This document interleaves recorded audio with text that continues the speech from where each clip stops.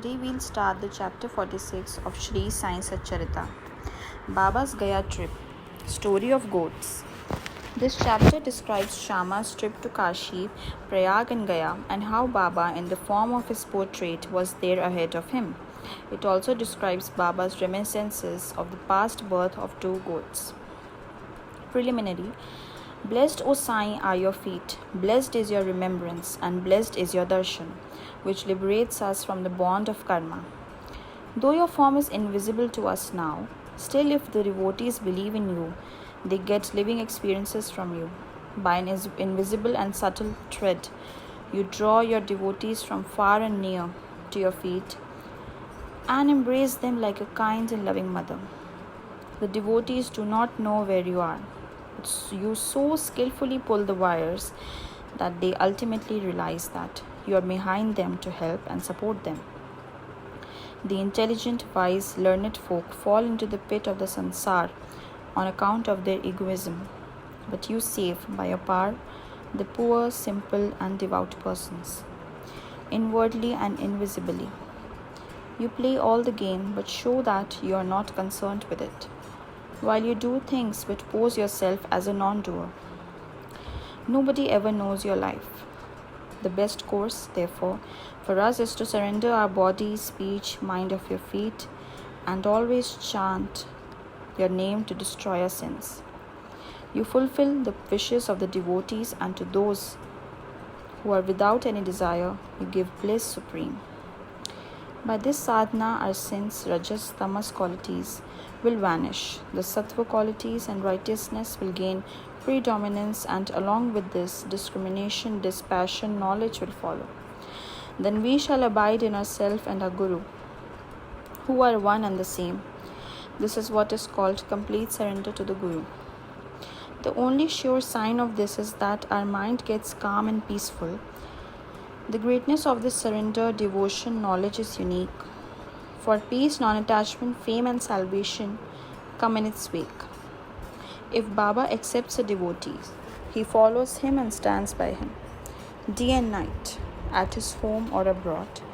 Let the devotee go anywhere he likes, Baba is there of him in some form, in an inconceivable manner. The following story illustrates this. Gaya trip. Sometime after Kaka Sahib Dikshit was introduced to Sai Baba, he decided to perform the thread Upanayan ceremony of his eldest son Babu at Nagpur. At about the same time, Nana Sahib Chandorkar decided to perform the marriage ceremony of his eldest son at Gwalior. Both Dikshit and Chandorkar came to Shirdi and lovingly invited Baba for these functions. Baba asked them to take Shama as his representative. When he was pressed to come in person, Baba told them to take Shama with them and said, after doing Banaras and Prayag, we would be ahead of Shama. Now, mark these words for they show Baba's all-pervasiveness. After taking the permission of Baba, Shama decided to go to Nagpur, Gwalior for these functions and ceremonies, and then to Kashi, Prayag and Gaya. Appa Kote made up his mind to accompany him. They both went first to Nagpur for the thread ceremony. Kaka Sahib Dikshit gave Shama rupees 200 for his expenses. Then they went to Gwalior for the marriage ceremony. There Nana Sahib Chandorkar gave Shama rupees 100 and his Vyahi relative Mr. Jathar gave him rupees 100. Then Shama went to Kashi and then to Ayodhya. He was well received in Jathar's beautiful temple of Lakshmi Narayan at Kashi, Varanasi or Banaras, and in the Ram Mandir at Ayodhya by Jathar's manager. They, Shama and Kote, stayed for 21 days in Ayodhya and 2 months in Kashi. Then they left for Gaya. In the train, they felt little uneasy on hearing that plague was prevailing in Gaya. At night, they alighted at Gaya station and stayed in the Dharamshala. In the morning, the Gaya Wala, the priest who arranges for the lodging and boarding of pilgrims, came there and said, the pilgrims have already started. You better make haste.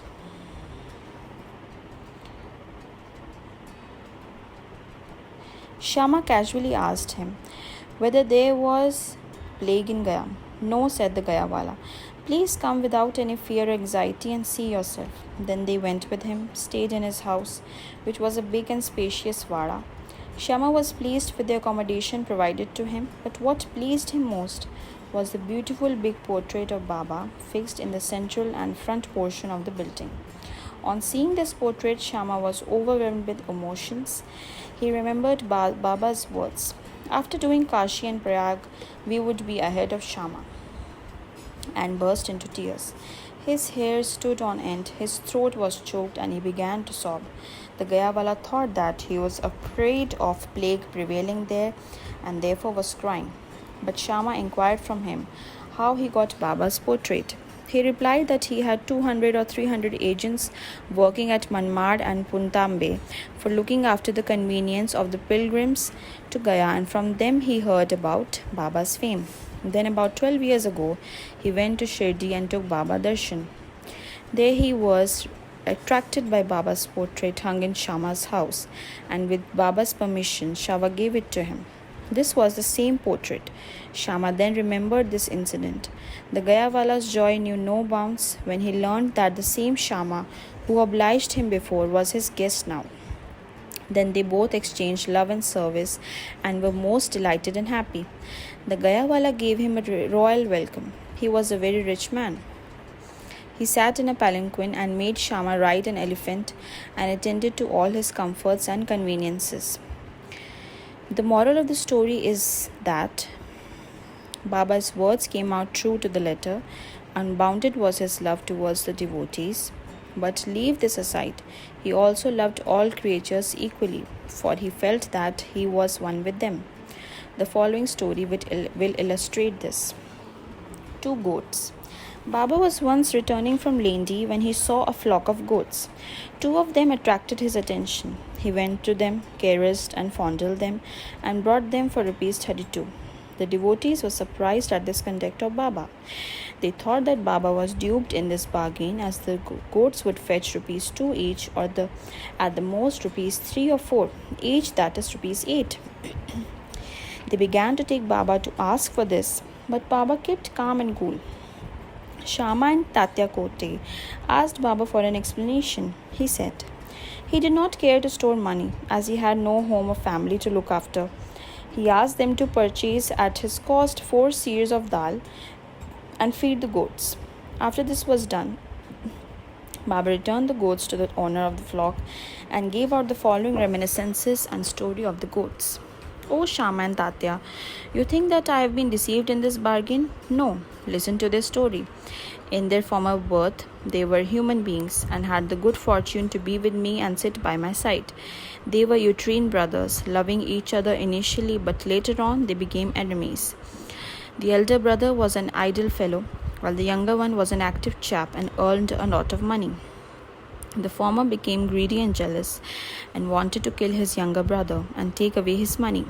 They forgot their fraternal relations and began to quarrel with each other. The elder brother resorted to many devices to kill his younger brother, but at all attempts he failed.